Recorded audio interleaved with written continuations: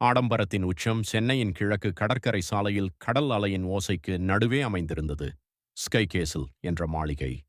அதன் தரைத்தளம் முழுவதும் இத்தாலி பளிங்கு கற்கள். வீட்டைச் சுற்றி வெளிநாட்டு புல்வெளிகள். அங்கே வசிப்பவன் ஆகாஷ். 28 வயது இளைஞன். தந்தை விட்டுச் சென்ற கோடிக்கணக்கான சொத்துக்களுக்கு அதிபதி. அவனுக்கு தெரிந்ததெல்லாம் பார்ட்டி, ரேஸ்கார்கள் மற்றும் ஆன்லைன் கேமிங் மட்டுமே. அவனது வீட்டில் 10க்கும் மேற்பட்ட வேலையாட்கள் இருந்தனர். அவர்கள் அனைவருமே அவனுக்கு வெறும் எண்கள் மட்டுமே. மௌனமான உழைப்பாளி அந்த மாளிகையில் தோட்டக்காரராக வேலை பார்ப்பவர் முத்து. சுமார் 60 வயது இருக்கும். நரைத்த முடி, வெயிலில் காய்ந்த கருத்த மேனி. அவர் ஒருபோதும் யாரிடமும் அதிகமாக பேச மாட்டார்.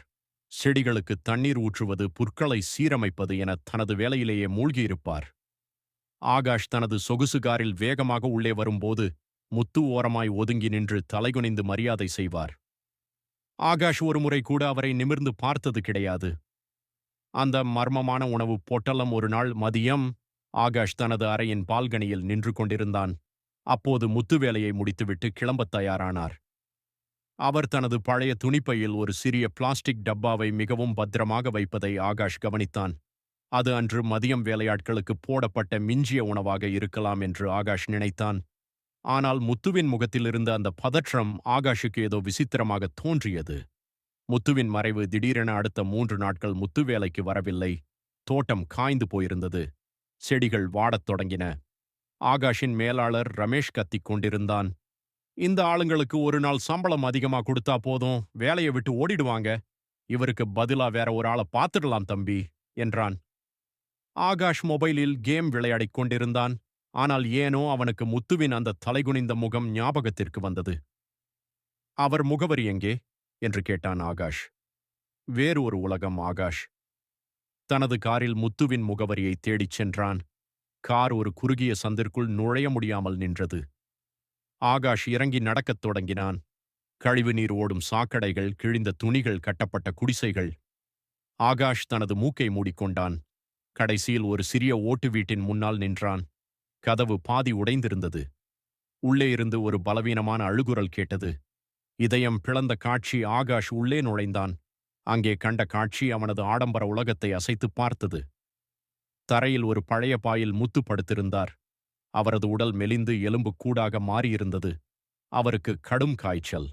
அவருக்கு அருகில் ஒரு 8 வயது சிறுமி அமர்ந்து அழுது கொண்டிருந்தாள். அந்த சிறுமியின் கால்கள் இரண்டுமே செயலற்று இருந்தன. ஆகாஷ் அதிர்ச்சியுடன் கேட்டான், பெரியவரே, உங்களுக்கு என்ன ஆச்சு? முத்து கஷ்டப்பட்டு கண்களை திறந்து பார்த்தார். தம்பி, நீங்க எதுக்கு இங்கே என்று அவரது குரல் நடுங்கியது. ஆகாஷ் அந்த சிறுமியை பார்த்தான். அந்த சிறுமி ஒரு பழைய பிளாஸ்டிக் டப்பாவை கட்டியணைத்துக் கொண்டிருந்தாள். அது முத்து வேலையிடத்திலிருந்து கொண்டு வந்த அதே டப்பா. அதற்குள் ஒரு காய்ந்த ரொட்டி துண்டு இருந்தது. உண்மையான பசி. முத்து பேசத் தொடங்கினார். தம்பி, என் பேத்திக்கு கால்கள் கிடையாது. அவளை பார்த்துக்க யாரும் இல்லை. நான் வேலைக்கு வந்தாத்தான் அவளுக்கு ஒரு வேளை சோறு கிடைக்கும். அன்னைக்கு வேலையில எனக்கு கொடுத்த சாப்பாட்டை அவளுக்காகத்தான் எடுத்துட்டு வந்தேன். ஆனா வர்ற வழியில மழையில நனைஞ்சதுல எனக்கு காய்ச்சல் வந்துருச்சு. எந்திரிக்கவே முடியல. இவ 3 நாளா பட்டினியா இருக்கா தம்பி என்று சொல்லி விம்மி அழுதார். ஆகாஷ் சில நொடிகள் சிலையாக நின்றான்.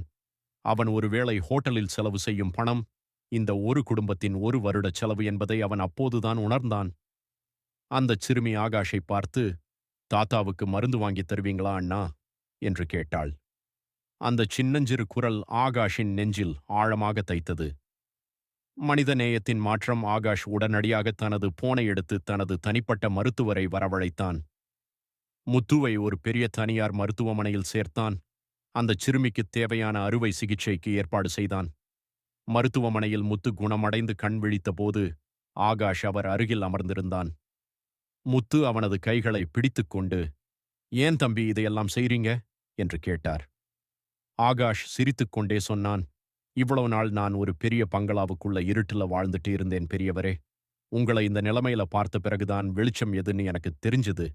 பணம் கொடுத்தா மட்டும் பத்தாது, ஒரு மனுஷனா இன்னொரு மனுஷனோட வலிய கேட்கணும்னு புரிஞ்சுக்கிட்டேன்.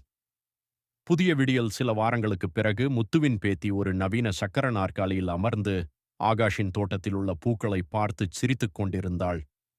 முத்து இப்போது பழையபடி தோட்டக்காரர் அல்ல, அந்த வீட்டின் ஒரு அங்கமாக மாறிவிட்டார். ஆகாஷ் இப்போது பார்ட்டிகளுக்குச் செல்வதில்லை. அந்தச் சிறுமியோடு விளையாடுவதிலும் ஏழை எளியவர்களுக்கு உதவுவதிலும் தனது நேரத்தைச் செலவிட்டான். மின்னும் வைரம் ஒருவனுக்கு பெருமையை தரலாம், ஆனால் ஒரு ஏழையின் முகத்தில் மலரும் புன்னகை மட்டுமே ஒருவனுக்கு உண்மையான நிம்மதியைத் தரும். ஆகாஷ் இப்போது வெறும் கோடீஸ்வரன் அல்ல, அவன் ஒரு உண்மையான மனிதன். இந்த கதை பிடிச்சிருந்தால் லைக் பண்ணுங்க, ஷேர் பண்ணுங்க, சப்ஸ்கிரைப் பண்ணுங்க.